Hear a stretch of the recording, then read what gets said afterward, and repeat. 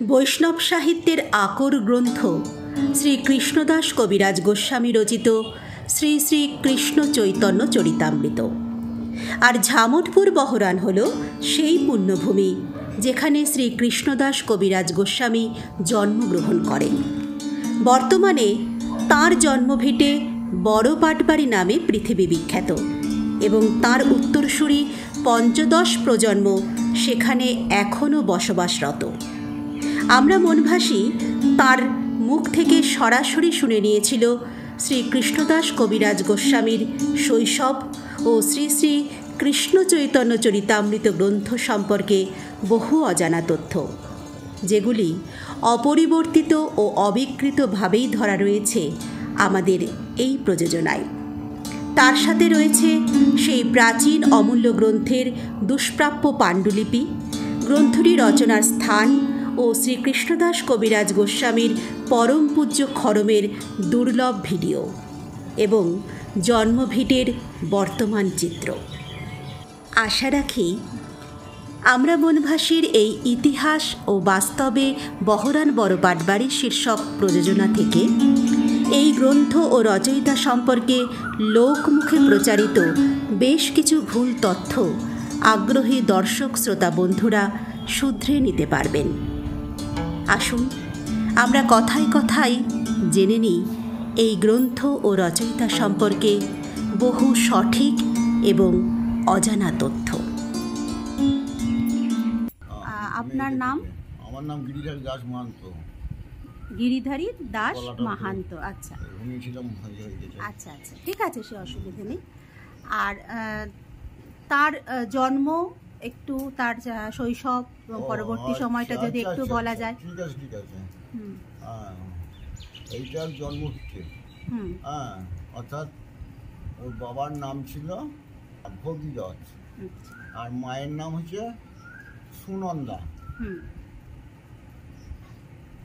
তো ভাই বাবার নাম হচ্ছে সুনন্দা, ওদের দুটো ভাই। কবিরাজ গোস্বামী নয়, কবিরাজ, অর্থাৎ কৃষ্ণদাস কবিরাজ, শ্যামদাস কবিরাজ। ওরা কবিরাজ, ওদের মানে পদবী ওদের কবিরাজ। আর গোস্বামীটা কিন্তু কবিরাজ গোস্বামী পদবীটা, গোস্বামী পদবীটা বৃন্দাবনে 6 গোস্বামী মিলে, গোস্বামীগণ মিলে ওকে উপাধি দিয়েছিলেন গোস্বামী।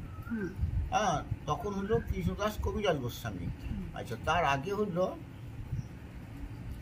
যে আমরা যেটা ওর লেখনীতে পাই, কবিরাজ গোস্বামীর মানে খুব মানে ছোটোবেলাতেই মানে মা বাবা হারা হয়ে গিয়েছিল। আর ওর তো মানে ওর জীবনী বৃত্তান্ত, এই যে সুনন্দা শ্যাম ভগীরথ বললাম, এটা কিন্তু চৈতন্য গ্রন্থে পাওয়া যাবে না। তাহলে আমরা কোথা পেলাম? ওর প্রথম আর একটা গ্রন্থ লেখা আছে, গোবিন্দ লীলামৃত। সেটা সেইখান থেকে ওর বাবা মায়ের নামটা পায়। আর শ্যামদাস নামটা পায় ওনার ঘটনাক্রমে এখানে চৈতন্য চরিতামৃত গ্রন্থে, মানে চৈতন্য চরিতামৃত গ্রন্থে কবিরাজ গোস্বামী কিচ্ছু লিখে যায় নাই। তাহলে এবার শ্যামদাস ওর ভাইয়ের নাম, সেটা জানা গেল কি করে? যে প্রথমটা ভুলে গেছি, একটু বিশ্রণ হবে এইটার জন্য। তো তখন ওই এখানে অহরাত্র নাম সংকীর্তন হয়েছিল। তাহলে জানলাম কি করে যে কবিরাজ গোস্বামী নয়, কবিরাজ গোস্বামী, কৃষ্ণদাস কবিরাজ গোস্বামী, উনি গ্রন্থে লিখছেন যে আমার আলয়ে হয় অহরাত্র নাম সংকীর্তন। আমার আলয়ে হয় অহরাত্র নাম সংকীর্তন। তাহলে এখানে যদি এর যদি তত্ত্ব কথা জানা যায়, মানে বুঝতে পারা যায়, তা আমার বলতে তাহলে তার বাবা ছিল না, তার মাও ছিল না, আমার শব্দ ব্যবহার হয়েছে। এবার মতভেদ কারণে ওই 12 থেকে 16 বছর বয়সে উনি এখানে চলে যাওয়ার একটা কারণ আছে। এই যেখানে অহরাত্র নাম সংকীর্তন হতো, এখানে নীলকেতন রামদাস আমন্ত্রিত এখানে এসেছিলেন। তা সবাই মানে মিনকে তো নামদাস এসেছে, তো সবাই আদর অভ্যর্থনা যা যা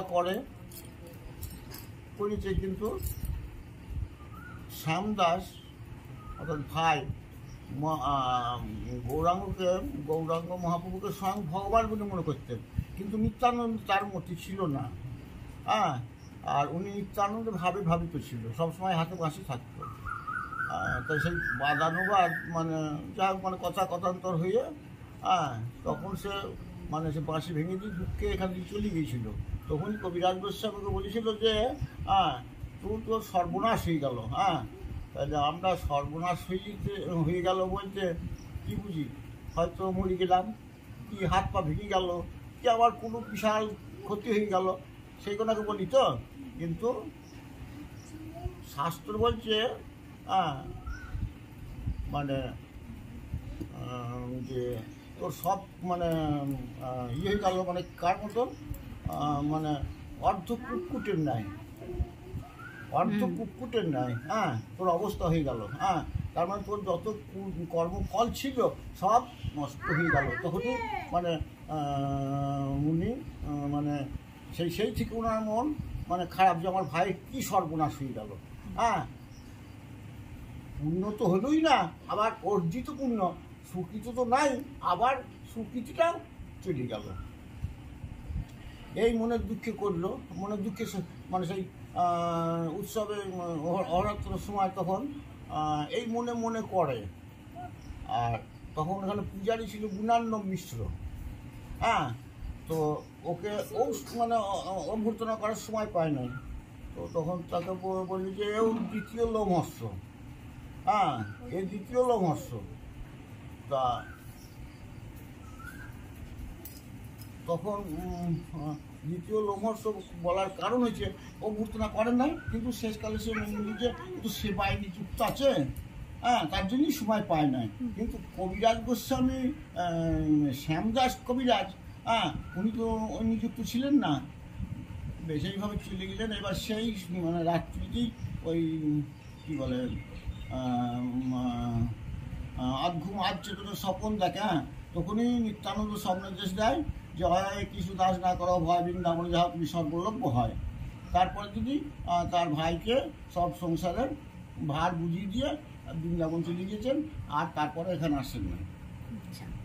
এই তো ইচ্ছা আছে। আর কিছু যদি বাইরে কেউ থাকে সে মিথ্যা কথা বলবে, কেননা উনি যে চৈতন্য চৈতামৃত গ্রন্থটা যিনি উনি লিখেছেন, ওই গ্রন্থের ৭৬টা গ্রন্থের সারমর্মটা এখানে আছে, যার জন্যই এত বড় গ্রন্থ হয়ে গেছে। যদি কেউ বলছে আমি পরে যে আমি সাহিত্য করছি, সাহিত্য সে করবে। যদি কেউ বলে যে আমি ফিলোজফি পড়ছি, ফিলোজফি সে স্বাদ পাবে। আবার যদি কেউ বলে আমি কবিতা পড়ছি, কবিতারও স্বাদ, মানে একটা মানে গ্রন্থে একটা লেখনীতে ৩টে স্বাদ পাওয়া যায়, যা আজ পর্যন্ত পৃথিবীতে আবিষ্কার হয় নাই, কেউ পারে নাই আবিষ্কার করতে, ঘুরাও পারে নাই। তার জন্যই আর এত তথ্য দিয়ে সম্পূর্ণ কৃষ্ণদাস কবিরাজ গোস্বামী মানে কোন মানে মানে উদ্ধৃতি দিয়ে যে করেছেন গোনা দিয়েছে, সেই উদ্ধৃতি গোনা সব লেখা আছে, যে কোন গ্রন্থ থেকে কত পৃষ্ঠায় কত ইয়েতে অধ্যায়ে লেখা আছে, এগুলো উনি লিখে দিয়েছেন। তার মানে ওনার কথা নয়, কাটবার কথা নয়। তাহলে এবার ওনার আছে চৈতন্য চৈতামৃত গ্রন্থে 16টা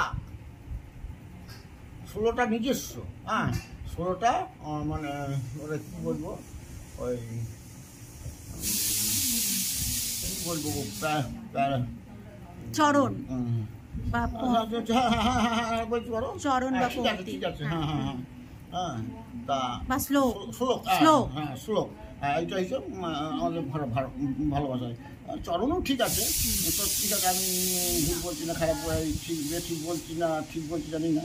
তা সেই 16টা শ্লোক আছে, বাদ বাকি সব মানে অন্য অন্য গ্রন্থ পড়ে তার যে সারাংশটা সেইটাই তুলে ধরেছে, মহাপুরুষ সঙ্গে মিল করে দিয়েছে। যে এই স্বয়ং ভগবান, রাধাকৃষ্ণের মিলিত তনু, রাধাকৃষ্ণের মিলিত তনু এই মহাপুরুষ। যে গুণগুণা থাকবে, এর আগের গ্রন্থে লেখা ছিল যে মহাপ্রভু জন্মগ্রহণ করবে, কেননা এখানে মহাপ্রভুকে জন্মগ্রহণ করতে হয়েছে কারণ আছে। হ্যাঁ, সে কারণটা হচ্ছে যে রাধারানীটা কে, রাধারানীটা কে? রাধারানী কৃষ্ণর অংশ। তাহলে কৃষ্ণের অংশ কি করে হলো? কৃষ্ণের অংশটা কি করে হলো?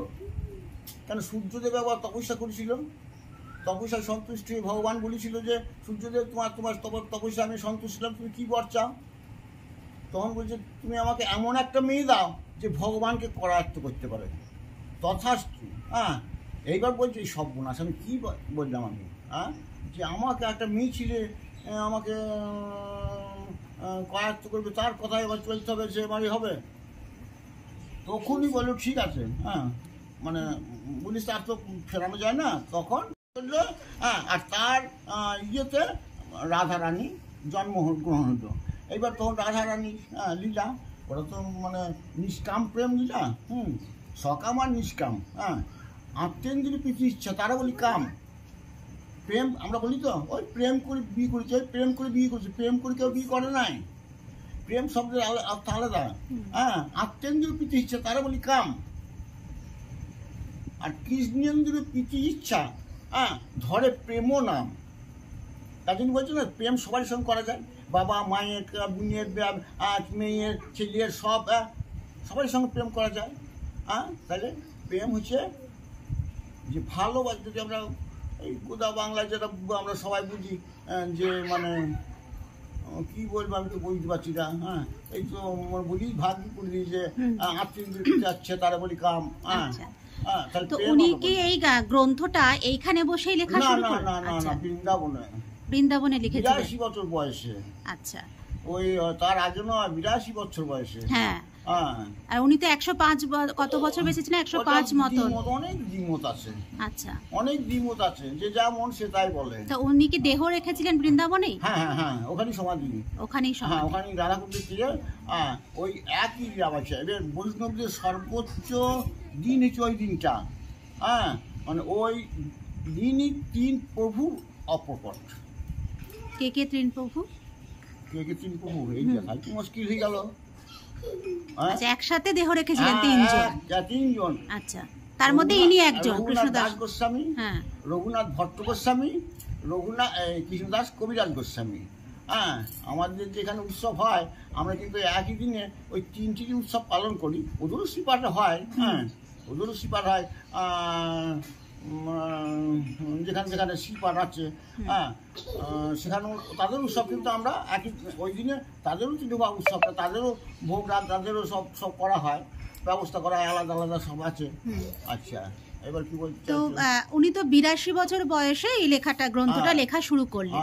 তো ওনার এত এইরকম বয়সে এসে, একটা পরিণত বয়সে এসে, এই যখন হয়তো প্রায় শারীরিক ক্ষমতাটা প্রায় চলে গেছে এরকম আর কি, লেখার ক্ষমতাটা নিজেই লিখেছেন, কিন্তু তার এই বোধটা এলো কেন যে আমি চৈতন্য চরিতামৃত বা চৈতন্য দেবের উপরে গোস্বামী ওখানকার বৃন্দাবনের গোস্বামীগণ ওনারা চিন্তা করলে যে অনেক তো গ্রন্থ লেখা হয়েছে, সবই তো সংস্কৃত। তাহলে আমাদের বাংলার বাঙালি, তাহলে যদি বাংলায় গ্রন্থ রচনা না করা হয় তাহলে আমাদের এই বাংলা এই মহাপ্রভুর লীলা কে বুঝবে? তাহলে উনি কারুর প্রেরণায় গ্রন্থটা? 6 গোস্বামীগণের। আচ্ছা, 6 গোস্বামীর প্রেরণা। জীব গোস্বামী, যে সর গোস্বামীর কথা বলা হয়। আচ্ছা, তাদের আদেশ অনুসারে। এবং তখন বলি যে আমি কি করে লিখবো, আমার তো যেই চামড়া, আমার যে ঝুলিপুরি চাইছো, হ্যাঁ এগুলো না, হ্যাঁ ওইটা আমার ঝুলিপুরি আমি চোখে দেখতে পাই না, আমার হাত কাঁপছে, আমি কাঠের পুতুলের ন্যায়। হ্যাঁ, তখন বললো যে তুমি লিখতে পারো, তুমি লেখো। তখন মদন গোপালের কাছে গেল। হ্যাঁ, মদন গোপাল আদেশ দিল। হ্যাঁ, তখন মদন গোপালের মালা খুঁজে গলায় চলে এলো। তখন ও জানলো যে আমার মদন গোপালের আদেশ হয়েছে। তখন গ্রন্থটা লিখতে লাগলেন। 82 বছর বয়সে, 10 বছর সময় লিখেছিলেন। 92 বছর বয়সে শেষ হয় গ্রন্থটা। আচ্ছা, আর উনি তো নাম রেখেছিলেন যে শ্রী চৈতন্য চরিতামৃত। বেশ ভালো কথা। হ্যাঁ, কিন্তু কোনো জায়গায় কোনো বা বাংলা সাহিত্য বা বৈষ্ণব সাহিত্য ঘাটলে দেখা যায় অনেকেই তার আগে বসাচ্ছে শ্রীকৃষ্ণ চৈতন্য চরিতামৃত। কোনটা ঠিক? শ্রীকৃষ্ণ চৈতন্য চরিতামৃত না শ্রী চৈতন্য চরিতামৃত? শ্রী চৈতন্য চরিতামৃত। শ্রীকৃষ্ণ চৈতন্য চরিতামৃত নয়, শ্রী চৈতন্য চরিতামৃত। শ্রী চৈতন্য চরিতামৃত। হ্যাঁ, হ্যাঁ, আচ্ছা আচ্ছা। এইবার ওর মধ্যে আবার ভাগ আছে। এবার কি জিজ্ঞেস করছো বলো? ভাগ বলতে গ্রন্থটা সম্পর্কে একটু। গ্রন্থটা সম্পর্কে, হ্যাঁ। প্রথম গ্রন্থ রচনা করেন বৃন্দাবন দাস। আচ্ছা, একই নামে, একই চৈতন্য চরিতামৃত? না না না, তাহলে বলি চৈতন্য মঙ্গল। হ্যাঁ, আর লোচন দাস ও লিখল চৈতন্য মঙ্গল নামে। আচ্ছা, তখন করলো কি যে দুটো গ্রন্থ এক হয়ে গেছে, তো তখন বৃন্দাবন দাসের যে গ্রন্থ রচনা করেছিল তার নাম হলো চৈতন্য, নাম রাখলো চৈতন্য ভাগবত।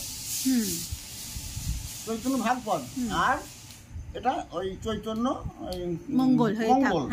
আর কবিরাজ গোস্বামী, হ্যাঁ, মানে বৃন্দাবন দাসের পরে কবিরাজ গোস্বামী লিখেছিলেন। হ্যাঁ হ্যাঁ, তাতেই বলছে ওই গ্রন্থ লেখায় মানে যখন বৃদ্ধ অবস্থা ছিল, এই গ্রন্থ লেখায় মোর মদন গোপাল। হ্যাঁ, এই গ্রন্থ লেখায় মোর মদন গোপাল। হ্যাঁ, তা এই বৃন্দাবন দাস বলছে এই গ্রন্থের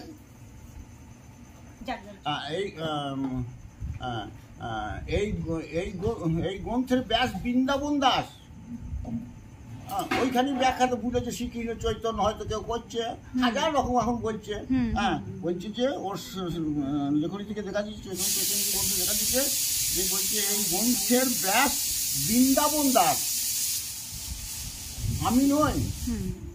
মানে তিনি বৃন্দাবন দাসের পদাঙ্ক অনুসরণ করে গ্রন্থটা লিখতে শুরু করলেন। যদি কেউ বলে আমি লিখি, এও মিথ্যা, করি অভিমান। যদি কেউ বলে আমি এই গ্রন্থ লিখতে সব আমি মুড়ে দিতে পারি, সেই আশঙ্কায় উনি শেষ লীলাটা, বৃন্দাবন দাসের শেষ লীলাটা, হ্যাঁ, ওই প্রথম দিকে একটু একটু করে ছুঁয়ে গিয়েছিল। যদি আমি মরে যাই তাহলে কবিরাজ মহাপুর জীবনীতটা ঠিক কি বলবো, ওটা মানে ধর্ম প্রচারের, হ্যাঁ, মহাপ্রভুর যে মাহাত্ম্য আর কি জন্য বৃন্দাবন দাস ঠাকুরের এটা। কিন্তু আত্মজীবনীটা, মহাপ্রভুর যে লীলাটা, সেটা কিন্তু চৈতন্য চরিতামৃত গ্রন্থ ছাড়া পাওয়া যাবে না। তার জন্যই আবার এইটাকে মানে তখন তো সেই এখন কি বলে, এখন সে ওই প্রকাশকটা কি বলে, হ্যাঁ, পাবলিশার্স, যারা পাবলিশার, হ্যাঁ, পাবলিশার, হ্যাঁ, আচ্ছা, পাবলিশার। তখন ওই গোস্বামীগণই যে কোনো অনুমতি দিত সেই গ্রন্থগুলাই পাবলিশড হতো। হ্যাঁ হ্যাঁ হ্যাঁ। আচ্ছা, তো এইটার যে মূল, মানে আমরা যেটাকে ম্যানাস্ক্রিপ্ট বলি, অর্থাৎ তার হাতে লেখা যে বইটা, পাণ্ডুলিপি যেটাকে আমরা, সেই পাণ্ডুলিপিটা কি আপনাদের বাড়িতে বা আপনাদের এখানে আছে? আচ্ছা, তো সেইটা তো বারে বারে সংস্করণ হয়ে হয়ে বারবার প্রকাশ হয়, তো এখন সেইটার সত্য কাদের, মানে আপনাদের ওপরই সত্য? আচ্ছা, বংশানুক্রমে আপনাদেরই সত্য। আচ্ছা, আর আপনাদের আমি আস্তে আস্তে দেখলাম এখানে বাড়িতে যে মন্দির, সেটা কি রাধা গোবিন্দ বা চৈতন্য দেবের মন্দিরটা কে প্রতিষ্ঠা করেছিলেন? না উনি? না না না, ওনার এখানে পূজারী দেবতা মদন গোপাল। আচ্ছা, এটা মদন গোপালের মন্দির। মানে তখন তো মহাপ্রভুর হয় না, যখন কবিরাজ গোস্বামীর বাবা মারা ছিলেন তখন তো মহাপ্রভুর ইয়েটা হয় নাই। আমরা তো মহাপ্রভু যে যেটা করছি, মহাপ্রভুর যে পুজোটা করছি, ও তো ব্রাহ্মণ। আচ্ছা, ওইটা আছে, হ্যাঁ, কাপড় আছে, হ্যাঁ, আজানুলম্বিত ভুজং নাকি বলে, সব আমার সব মনে স্মরণ আসছে না। হ্যাঁ, কাপড় আছে, মাথায় চুল আছে, হ্যাঁ, সব আছে, কিন্তু আমরা সন্ন্যাস মহাপ্রভুকে আমরা পুজো করি না। আচ্ছা, তাহলে যখন মহাপ্রভু জন্মগ্রহণ করেছিলেন তখনই ওর লক্ষণ থেকে সবাই বলেছিল যে ভগবান। আপনাদের এখানে কিসের বিগ্রহ তাহলে? চৈতন্য দেবের? না, তাহলে চৈতন্য দেবী বটে, একক তো হয় না, অনেক জায়গায় একক হয়ে আছে। তার অবশ্য অনেক যেখানে যেমন কাটোয়ায় আছে, তারপরে বীরভূম এক জায়গা আছে, যেটা তোমার ইয়ে ওই বিগ্রহটা যে মনে হয় এই মৌ গ্রামের, হ্যাঁ, পুজো করতে পারে নাই বলে ফেলতে গিয়েছিল, ধারে ফেলে দিয়েছিল, তখনই বলে এটা বলা, হ্যাঁ, যে মহাপ্রভুকে স্বপ্ন দিয়েছিল, যে ওইখানে আমাকে ফেলে রেখেছে, তোর ঘর আমাকে নিয়ে যা। সে কোন বিগ্রহটা আছে মৌগ্রামে। হ্যাঁ, আচ্ছা, আর কি বলছিলাম, আমাকে স্মরণ করে দিল। হ্যাঁ, ওই বিগ্রহটা মানে কিভাবে এই মন্দিরে নিতাই গৌ, চৈতন্যদেব নিতাই গৌ। হ্যাঁ, আচ্ছা, চৈতন্যদেব নিতাই গৌ।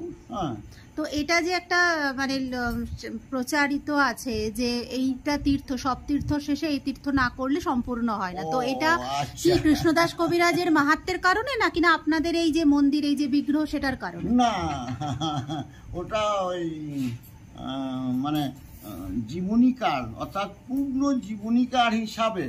হ্যাঁ, পূর্ণ জীবনীকার বুঝছে না, উনি লিখে গেছেন গৌর মন্ডলা ভূমি যে বাজারে চিন্তামণি, তার হয় ব্রজভূমি বাস, তার হয় ব্রজভূমি বাস। তাহলে আমাদের যে মহাপ্রভুর যে ভূমি একটা চিহ্নিত করা আছে, তার মধ্যে যারা বাস করে তারা এই ব্রজভূমিই বাস করে।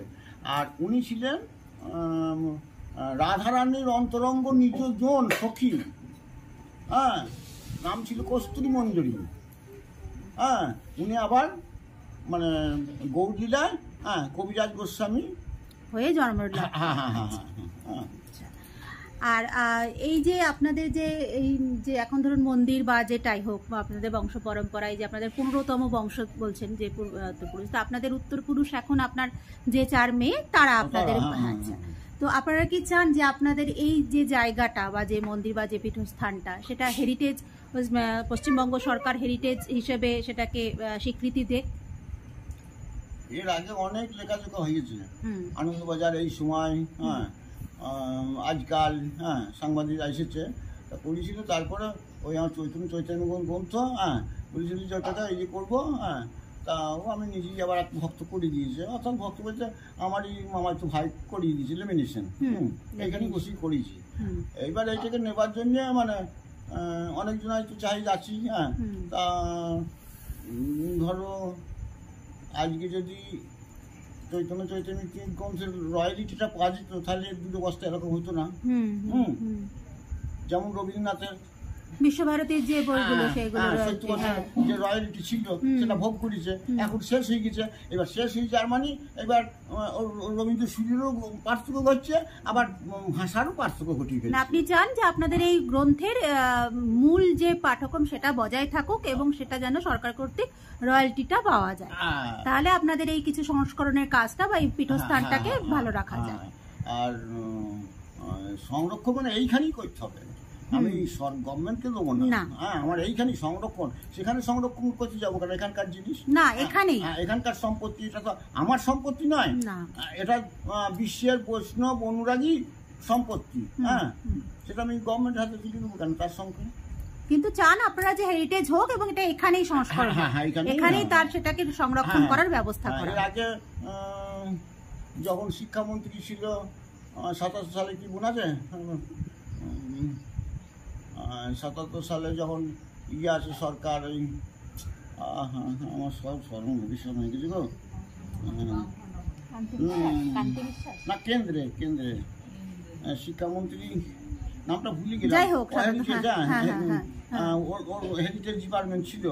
তো তখন ওই যে গঙ্গাটিপুরি যে লাইব্রেরিটা হয়ে গেছে বাবুদের, হ্যাঁ, তো সাহিত্য যারা গবেষণা করছে বা করছে, মানে খুঁটির কাছে কেউ আসে না, যারা মানে গবেষণা করছে, পিএইচডি করছে, তারা ওই ওর কাছে জিজ্ঞেস করছে।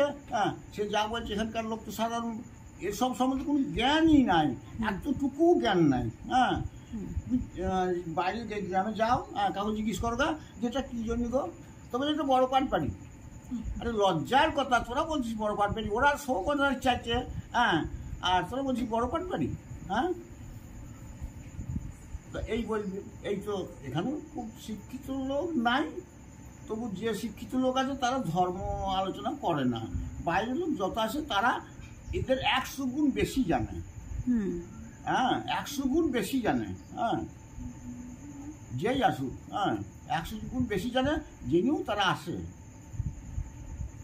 যারা জানে ধর্ম সম্বন্ধে। আপনাদের এই যে প্রত্যেক বছর যে উৎসবটা হয় সেটা কোন সময়ে এবং কি ওটা উপলক্ষে তো হয়? ওর যেটা লেখাই আছে তিন প্রভুর অপকর আশ্বিনী শুক্লা দ্বাদশী। আচ্ছা। হ্যাঁ, যার মানে বিজয় দশমীর পর, মানে সোজা ভাষা বিজয় দশমীর পর একাদশী তিথিতে অধিবাস হয়, দ্বাদশীতে ওনার তিরোভাব হয়, মানে ভোগ রাগ এরকম এইসব হয়। তো এটা কি কত বছর, কতদিন ধরে এই উৎসব চলছে? এটা কত বলা বছর? যায় না, তার মানে আমরা ধরবো যে আমার আলয়ে হয় অহরাত্র নাম সংকীর্তন, আচ্ছা। তাহলে আমরা তখনই থেকেই ধরবো। আচ্ছা। কিন্তু এই যে লীলা কীর্তন, লীলা কীর্তন তোমাকে তাহলে আবার যেতে হবে, তোমাকে মানে ইয়ে কি বলে বাংলার কীর্তন ও কীর্তনিয়া, হ্যাঁ, এই গ্রন্থ তোমাকে সংগ্রহ করতে হবে, হাত দিলে পেছে ফুলবে। হ্যাঁ, তাহলে দেখবা যে হ্যাঁ, কি গ্রন্থ বললেন আরেকবার একটু বলুন। কি কোনটা?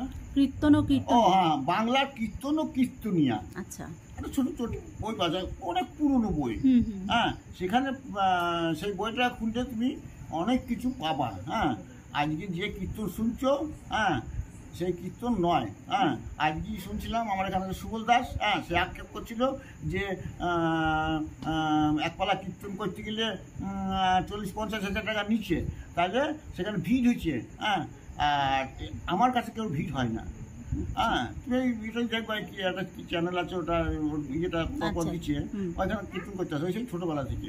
মানে ওর জন্ম এক জায়গায়, কিন্তু মানে কর্ম বলা যায় বলো বিরূপপুরে, যদুনন্দন দাসের কাছে।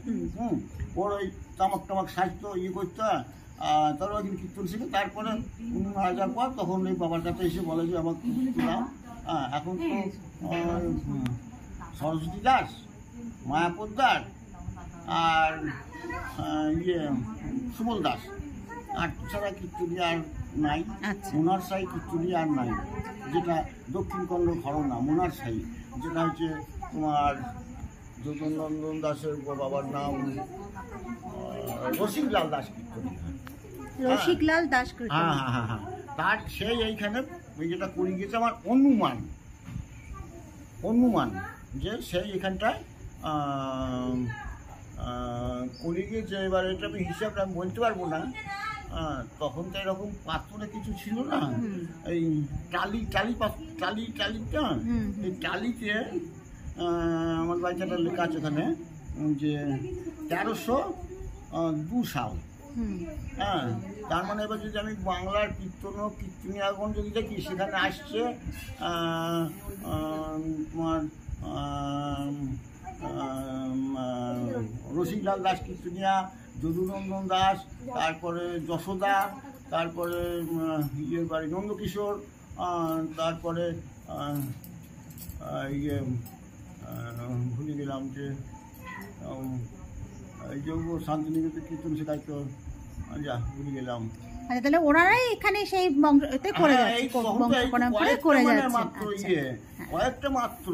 হ্যাঁ, আচ্ছা, এই গ্রন্থটা তো উনি লিখে গেছিলেন, ওনার পরে কি আপনাদের পরিবার থেকে আর কোনো গ্রন্থ বা কিছু লেখা হয়েছে? এবার ওর পরে গ্রন্থ লিখতে গেলে তো ওর তো আবার অধিক পাণ্ডিত্য অর্জন করতে হবে। না, আমি চৈতন্য চরিতামৃতের কথা বলছি না, মানে আমি বলছি যে আপনাদের সেই ওনার যে ধারাটা আপনাদের বংশ, উনি তো একটা সাহিত্য সৃষ্টি করে গেছেন, তো সেই ধারা কি আপনাদের পরিবারে কেউ বহন করছে বা কারোর ইচ্ছে আছে সেটাকে করার? আমি ঠিক বুঝতে পারলাম না, মানে হ্যাঁ হ্যাঁ, না না না না না না, আচ্ছা, ও ধারা আমরা নাই। হ্যাঁ, আমরা ওই ওই ভুং ভাং, হ্যাঁ, এই যে বইগুলো পাওয়া যায় ছোট ছোট বই, হ্যাঁ, ওখান থেকে একটু তুলে নিয়ে, ওই বই থেকে একটু তুলে নিয়ে, এই বই থেকে একটু তুলে নিয়ে, হ্যাঁ, এই যে চুরি বিদ্যে, যেমন এখন পিএইচডি করতে বলছে যে তুমি 10% চুরি করতে পাবা, বাদ বাকি নাম্বারটা তোমাকে সংগ্রহ করতে হবে। হ্যাঁ, এখন পিএইচডি করতে গেলে বলছে যে 10% তুমি চুরি করতে পাবা, আগে হুবাহু চুরি করতো, হ্যাঁ, তারপর তুমি 10% চুরি করতে পাবা, বাদ বাকি তোমাকে সংগ্রহ করতে হবে। হ্যাঁ, এবার বলবে তাহলে তুমি কি, আমি কি জানলেন, আসে তো যারা ই করে, হ্যাঁ, এবার বলছে একটা ইয়ে পদ যদি থাকে একটা দেন, হ্যাঁ, একটা দেন, হ্যাঁ, অমুক দেন, তুমি পিএইচডি করবো বা তুমি আরো জায়গায় সংগ্রহ করো, আমার এখানে কিছু নাই। হ্যাঁ, আর আপনাদের পরিবারের হিস্ট্রি, মানে ইতিহাস, এই যে আপনি আছেন এখন, তারপরে আপনার 4 মেয়ে, তো এই যে এতদূর পর্যন্ত আপনাদের পরিবারের ইতিহাস লিখে রেখে যাওয়ার ইচ্ছে কি আছে? মানে আমি আপনার মেয়ের কাছে যদি যাই, মানে তোমার কি ইচ্ছে আছে মনে হয় যে কখনো আমাদের এইরকম একটা মানে কি বংশমর্যাদা সম্পন্ন বংশের মেয়ে তুমি, তো তোমার মনে হয় যে এটাকে আমি ধরে রাখতে চাই বা আমার ইতিহাসটাকে আমি লিখে রেখে যেতে চাই বা মানুষের কাছে জানাতে চাই? মানুষের কাছে জানাতে চাই বলতে আমাদের তো শ্রীল কৃষ্ণদাস কবিরাজ গোস্বামী যিনি যা লিখেছেন ওনার বাইরে আর ওনার না, আমি সেই গ্রন্থের কথা বলছি না, আমি বলছি তোমার পরিবার সম্পর্কে তুমি যদি আবার নতুন করে কিছু জানিয়ে যেতে চাও। আমার পরিবার সম্পর্কে কে লিখবে? আমরা তো লিখতে পারবো না। হ্যাঁ, মানে চেষ্টা করা যেতে পারে আর কি, যদি চাও যে তোমাদের পরিবারের হিস্ট্রি কেউ লিখুক, সেটা লেখার তোমরা চাইছো। হ্যাঁ, প্রত্যেক বছর এই যে উৎসব হচ্ছে, এটা তো কতদিন ধরে, প্রায় 10-12 দিন ধরে উৎসব হয় বোধহয় নাকি? 10-12 দিন ধরে, এটা হচ্ছে হিসেব মতন 16 প্রহর হবে। হ্যাঁ হ্যাঁ, তো তার এই যে তার তো একটা খরচ, একটা ব্যয় সাপেক্ষ বিষয়, তো সেটা এখন আপনারা কোথা থেকে করেন, কিভাবে সেটা? সেই মানে তার জন্য কোনো রকম কোনো ট্রাস্ট বা কিছু এগুলো নেই? না না না, সবটাই আপনাদের পরিবারের খরচ। হ্যাঁ, মানে যখনই ট্রাস্ট হয়ে যাবে তখন তো গন্ডগোল লাগবে। আচ্ছা, হ্যাঁ, যেমন বলছি যে কোনো ট্রাস্টের 2-3-4 জনাকে করা যায়, কিন্তু যখনই অধিক হয়ে যাবে, হ্যাঁ, তখন সবসময় দ্বন্দ্ব থাকবে। তার থেকে বলছি যদি কোনো ট্রাস্ট হয় যেন সেই ট্রাস্টের জন্য একজনই হয়, তাহলে তার আর কিছু করার নাই, মেম্বার থাকতে পারে। হ্যাঁ, আর আমাদের যেমনই করা আছে যে এই সম্পত্তি মানে কেউ ভাগ নিয়ে চলে যাবে সে উপায় নাই, কারণ আমাদের সিএস থেকে আছে, হ্যাঁ, পর্যায় সিএস, তারপরে কি বলে আরএস, তারপরে এলআর, হ্যাঁ, সবাই ভোগ দখল সূত্রে করা আছে।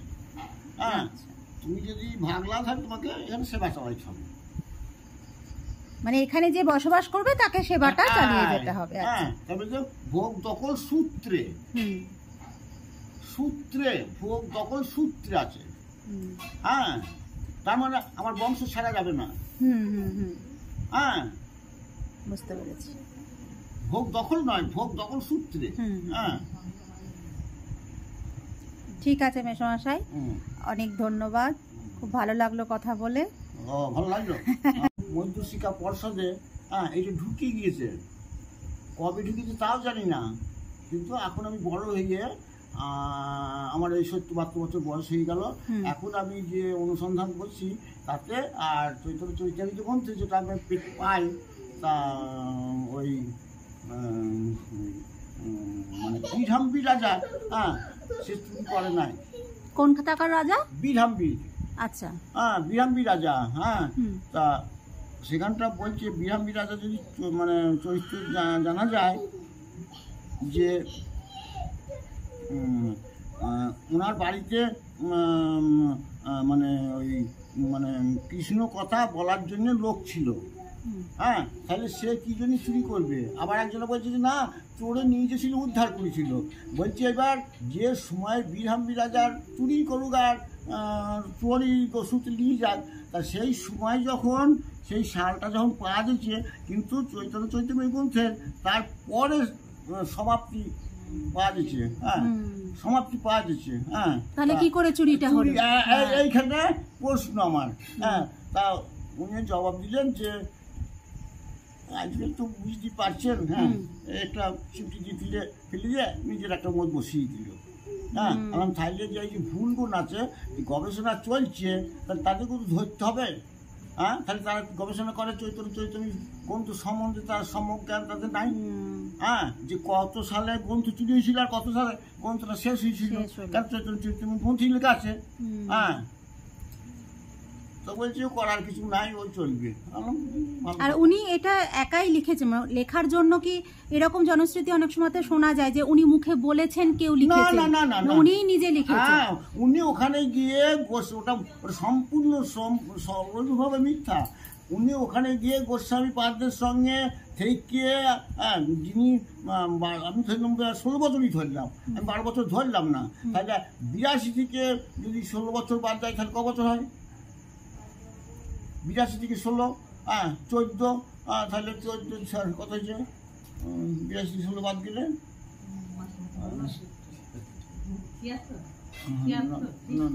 76 না না 16 92 16 বছর ধরতে হবে, 92 বছর ধরতে হবে না। আচ্ছা, শেষটা ধরতে হবে না 10 বছর, তার আগে আচ্ছা ভাই সেটা এবার অতদিন তাহলে সে কী করেছিল? হ্যাঁ, তাহলে আলুর চপ ভেজেছিল দোকানে বসে বসে?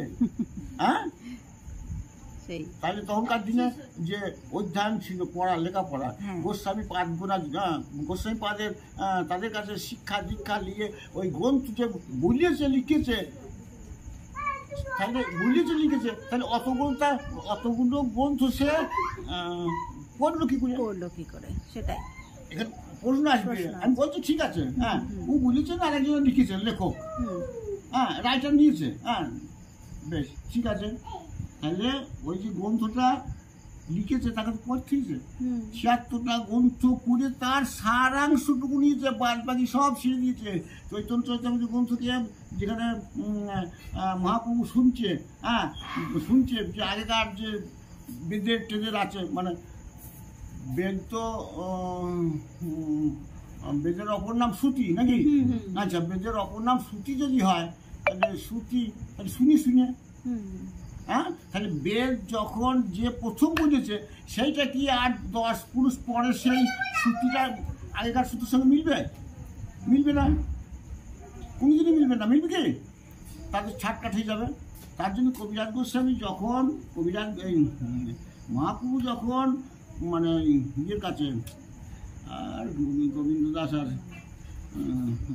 এইটাই স্মরণ, নিত্যানন্দ নয় গো, মাঝে সুখ খাইলেন পরীক্ষিত, হ্যাঁ, থুইল রঘুনাথ, হ্যাঁ, রঘুনাথের মুখে থুইল, আমার স্মরণ আসছে না গো। যাই হোক, তখন বললো যে গ্রন্থ লেখা লিখছিল, আমরা পড়তে পাই যেটা যে পড়ছে, তখন বলছে যে পড়ছে, হ্যাঁ, মানে যে কোনো গ্রন্থই একটা পড়ছে, যে 76টা গ্রন্থের মধ্যে একটা গ্রন্থ পড়ছে, তখন পড়তে বলছে যে এও বাহ্য, মানে বাদ দাও, হ্যাঁ, তারপরে পড়তে আবার হয়তো বলছে যে এও বাহ্য, তারপর বলছে যে এও হয়, হ্যাঁ, তারপর বলছে যে এরকম করতে মানে আসল সারাংশটুকু উনি নিজেই লিখেছেন যে গ্রন্থের মানে আত্মা বাড়ানোর জন্যে আমি অন্য কিছু লিখবো না। আর যদি কেউ কবিরাজ গোস্বামী সম্বন্ধে কেউ কিছু বলে, আমি তার সঙ্গে চ্যালেঞ্জ দেবো, হ্যাঁ, চ্যালেঞ্জ দেবো যে সে মানে ওই যেটা বলতে চাবে, যদি কোনো নিজেই লিখেছেন এবং নিজেই, যেমন তোমাকে একটা উদাহরণ দিলাম, তাহলে সে রাইটার কি জন্য লিখবে? রাইটার কে লিখবে? আমরা যারা পরীক্ষা দিই পড়ি, কিন্তু আমরা তো মানে ইয়ে আছি, হ্যান্ডিক্যাপ আছি, লিখতে পারি না, তখন তাদের রাইটার পরীক্ষা দিতে হয়। আমরা এখন যে ছবিটি দেখছি সেটি হলো শ্রীকৃষ্ণদাস কবিরাজ গোস্বামী ব্যবহৃত খড়ম, অর্থাৎ কাঠের তৈরি পাদুকা, যেটি বর্তমানে ক্ষয়প্রাপ্ত হয়ে কয়েকটি কাঠের টুকরে পরিণত হয়েছে, কিন্তু বর্তমান প্রজন্ম অর্থাৎ তার বংশধরেরা এখনও সেটিকে রক্ষা করে যাওয়ার আপ্রাণ চেষ্টা চালাচ্ছে। এই মুহূর্তে আমরা দেখতে পাচ্ছি সেই মূল্যবান গ্রন্থের দুর্লভ পাণ্ডুলিপি, অর্থাৎ শ্রী শ্রী কৃষ্ণ চৈতন্য চরিতামৃত গ্রন্থের পাণ্ডুলিপি, এবং এই হাতের লেখাটি স্বয়ং রচয়িতা শ্রীকৃষ্ণদাস কবিরাজ গোস্বামীর। যে কালি দিয়ে এই পুঁথি লেখা হয়েছিল তা উদ্ভিদের নির্যাস থেকে তৈরি, এবং পাতাটিও উদ্ভিদের বাকল থেকে তৎকালে নিজের হাতে তৈরি করেছিলেন তিনি, তেমনটাই জানা যাচ্ছে তার বংশধরের কাছ থেকে। এবং বর্তমানে আমরা এই পুঁথিটিকে ল্যামিনেশন অবস্থায় দেখতে পাচ্ছি।